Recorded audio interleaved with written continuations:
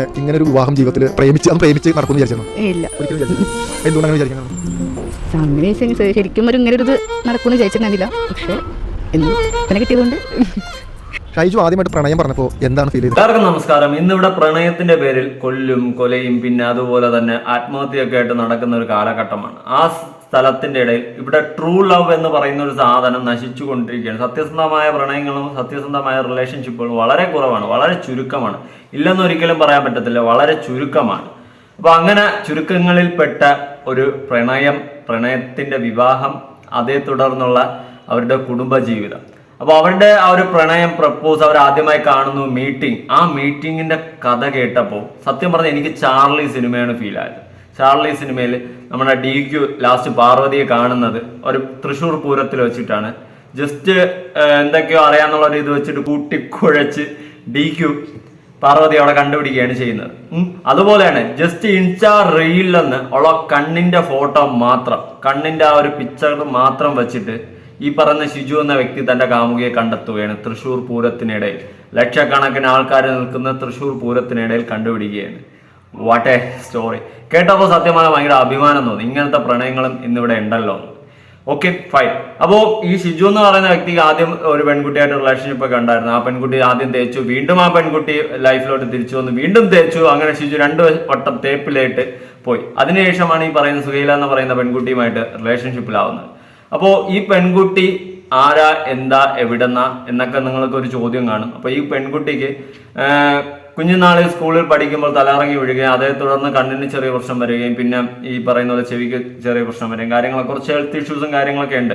പക്ഷെ അതെല്ലാം തരണം ചെയ്ത് അതെല്ലാം ഒന്നും ഒരു പ്രശ്നമല്ല എന്ന് പറഞ്ഞ് സ്വന്തം ജീവിതത്തിൽ ചേർത്ത് പിടിക്കുകയാണ് ഇവിടെ ഷിജു എന്ന് പറയുന്ന പയ്യൻ ചെയ്യുന്നത്.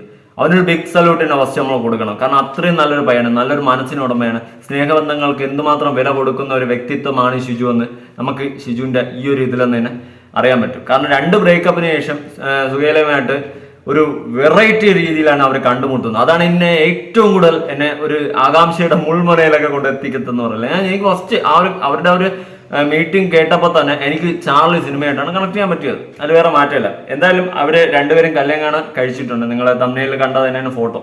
അപ്പോൾ അതേ തുടർന്ന് നമ്മുടെ ഷിജുവിന് പറയാനുള്ള കാര്യങ്ങൾ നമുക്കൊന്ന് കേട്ടു നോക്കാം. ഞങ്ങൾ ഫോൺ പിന്നെ ആദ്യമായിട്ട് കണ്ട തൃശ്ശൂർ പൂരത്തിന് വെച്ചാണ്. ആദ്യത്തെ കൂടിക്കാഴ്ച എന്ന് പറയുമ്പോൾ എനിക്ക് കണ്ണ് മാത്രമേ അറിയുള്ളൂ. അത് ഇൻസ്റ്റയിൽ കണ്ണ് മാത്രം പോസ്റ്റ് ചെയ്യാണ്. അങ്ങനെ മാത്രം റീൽസിൽ മാത്രം കണ്ണ് മാത്രമേ ഉള്ളൂ. പിന്നെ തൃശ്ശൂർ പൂരത്തിൽ വെച്ച് കണ്ണ് മാത്രം ഇങ്ങനെ, അതായത് വേറെ ഒന്നുമില്ല.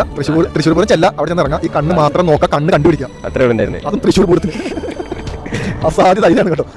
അതിലൊടുവിൽ നിന്ന് ഞാനും എൻ്റെ പുറവശത്ത് ഉണ്ടായിരുന്നു. നമ്മൾ ഫോൺ ചെയ്ത് നോക്കുമ്പോൾ നേരിട്ട് കാണുന്നു ഇങ്ങനെ ചെന്ന് കാണുന്നു. പിന്നെ അവിടെ രാത്രി പേര് എല്ലാം കഴിഞ്ഞ് അവളെ വീട്ടിൽ ഞാൻ സെറ്റ് ഇട്ടു. ഞാൻ അവളെ തിരിച്ചു പോകുന്നു. പ്രണയം പറഞ്ഞ് ആദ്യം വീഡിയോ കോൾ ആയിട്ട് തന്നെ പറഞ്ഞു. അവൾ കണ്ടു വീഡിയോ കോൾ വിളിച്ചിട്ട് പിന്നെ പ്രണയം പറഞ്ഞു. അവളോട് ഇഷ്ടമാണെന്നൊക്കെ പറഞ്ഞു. ആദ്യം ഒരു ഫ്രണ്ട്സ് അല്ലേ, അങ്ങനെ നിന്നു. അതിന് വീണ്ടും പറഞ്ഞു കുഴപ്പമൊന്നുമില്ല. അതിന് ലാസ്റ്റ് ഞാൻ അവളെ അമ്മനെ വിളിച്ച് നിങ്ങളെ മോളെ എനിക്ക് ചോദിച്ചു. ആദ്യം ഇല്ല എന്നൊക്കെ പറഞ്ഞു. ABC TVയിലാണ് ഈ ഒരു വീഡിയോ വന്നിട്ടുള്ളത്. അപ്പോൾ ചാനലിലെ ഫുൾ വീഡിയോ എല്ലാവരും ഉണ്ട്, എല്ലാവരും ഒന്ന് പോയി കാണണം. അപ്പോൾ ഇവിടെ ഷിജു ആദ്യം പ്രണയം പ്രപ്പോസ് ചെയ്തു. ആദ്യം റീൽസ് വഴിയാണ് കണ്ണ് മാത്രം കണ്ടുള്ള പരിചയമായിരുന്നു. അത് തൃശ്ശൂർ പൂരത്തിൽ പോയി അന്വേഷിച്ച് കണ്ടെത്തി ഫ്രണ്ട്സായി. അതിനുശേഷം ഷിജു പ്രപ്പോസ് ചെയ്യാണ് ചെയ്തത്. മോനെ വേറെ ലെവൽ, നീയാണ്ട ആൺകുട്ടി എന്ന് ഞാൻ പറയുന്നത്. സൂപ്പറാ. കാരണം ഇന്നിവിടെ ഞാൻ കാണുന്ന ഒരുപാട് പ്രണയം, ബ്രേക്കപ്പ്, അതിന്റെ പേരിൽ സൂയിസൈഡും കാര്യങ്ങളും. വാ, അതിന്റെ ഇടയിലൊക്കെ മുത്തേ നീ പൊളിയാ എന്ന് തന്നെ ഞാൻ പറയും.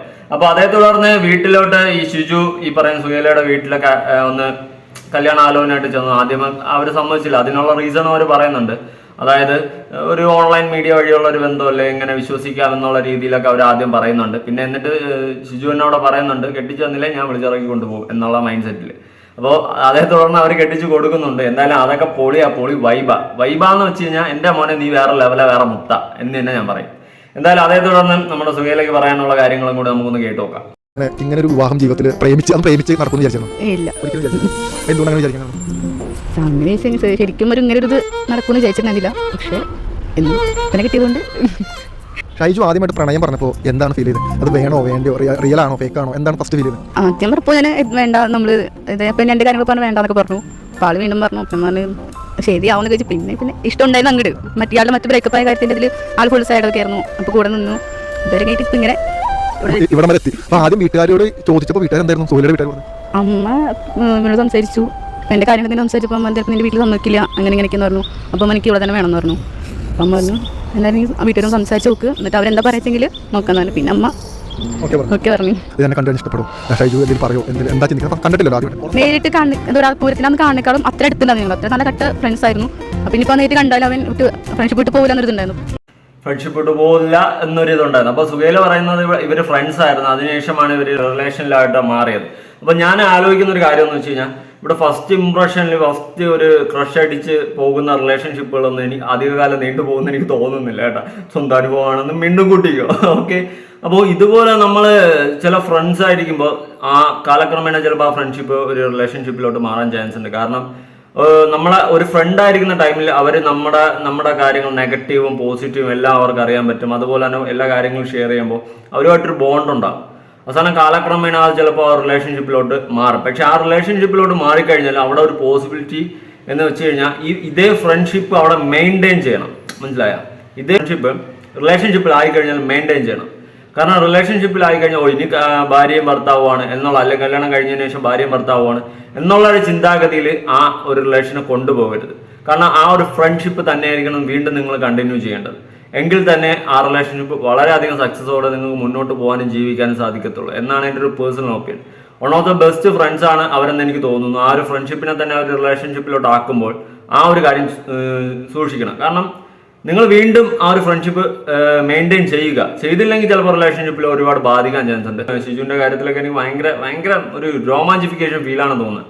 അത്ര നല്ലൊരു പയ്യനാണ്. കാരണം ഇന്നത്തെ കാലത്ത് എല്ലാവരും ഒരു എന്തു പറയാം, ചുമ്മാ വാല പോലെ പ്രേമിക്കും, ക്രഷ് അടിക്കും, അവസാനം വാല പോലെ വലിച്ചൂരി എറിയും, അവസാനം ആത്മഹത്യ, പിന്നെ വാങ്ങിക്കൊടുത്തന്നെ കണക്കോര ഒന്നെന്ന് പറയും. കഴിഞ്ഞ ഞാനൊരു വീഡിയോ ഇട്ടിട്ട് തന്നെ അവൻ്റെ കയ്യിലൊന്നും ഒരുപാട് പൈസയും പോയി, അതുപോലെ അവൻ്റെ ടൈമും കുറേ വേസ്റ്റ് ആയെന്നൊക്കെ അവൻ പറയുന്നുണ്ട്. പേഴ്സണലി എനിക്ക് യോജിപ്പൊന്നുമില്ല. ഇടത്ത് വാങ്ങിക്കൊടുത്തന്നെ അവൻ്റെ ടൈം വേസ്റ്റ് ആയെന്നൊക്കെ പറയുമ്പോൾ വാങ്ങിക്കൊടുത്തതിൻ്റെ കണക്കൊന്നും വന്നിരുന്ന് പറയുന്നതിൽ എനിക്ക് പേഴ്സണലി യോജിപ്പില്ല. പിന്നെ ഒരു കാര്യം, എൻ്റെ ടൈം ഒരുപാട് നഷ്ടമായെന്ന് അവൻ പറയുന്നുണ്ടായിരുന്നു.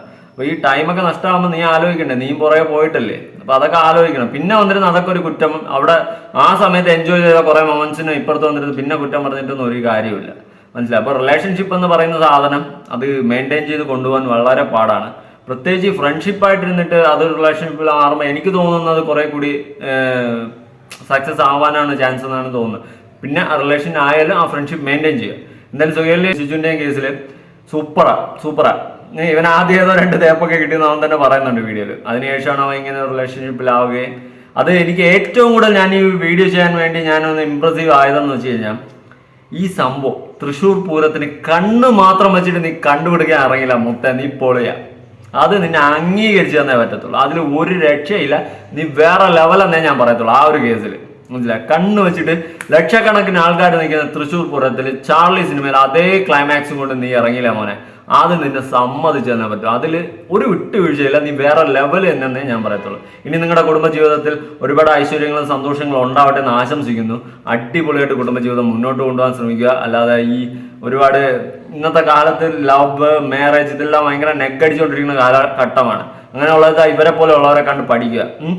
നല്ലൊരു റിലേഷൻഷിപ്പായിട്ട് മുന്നോട്ട് പോവുക, അടിപൊളിയായിട്ട് പോവുക. ഇനിയും കൂടുതൽ സന്തോഷങ്ങളും ഐശ്വര്യങ്ങളൊക്കെ നിങ്ങളുടെ ജീവിതത്തിൽ ഉണ്ടാവട്ടെ എന്ന് ആശംസിച്ചുകൊണ്ട് നിങ്ങളുടെ അഭിപ്രായങ്ങളും കാര്യങ്ങളും എൻ്റെ വീഡിയോയിൽ ഉറപ്പായിട്ട് കമൻറ്റ് ചെയ്യണമെന്ന് പറഞ്ഞുകൊണ്ട് ദേ പോയി വന്നു.